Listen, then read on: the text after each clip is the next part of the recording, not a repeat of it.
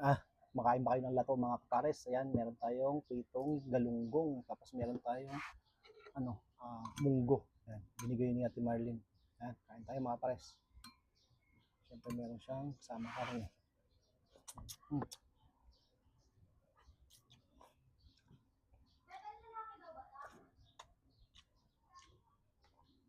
Sarap. Ito yung lato. Ayan, may sibuyas tsaka matis.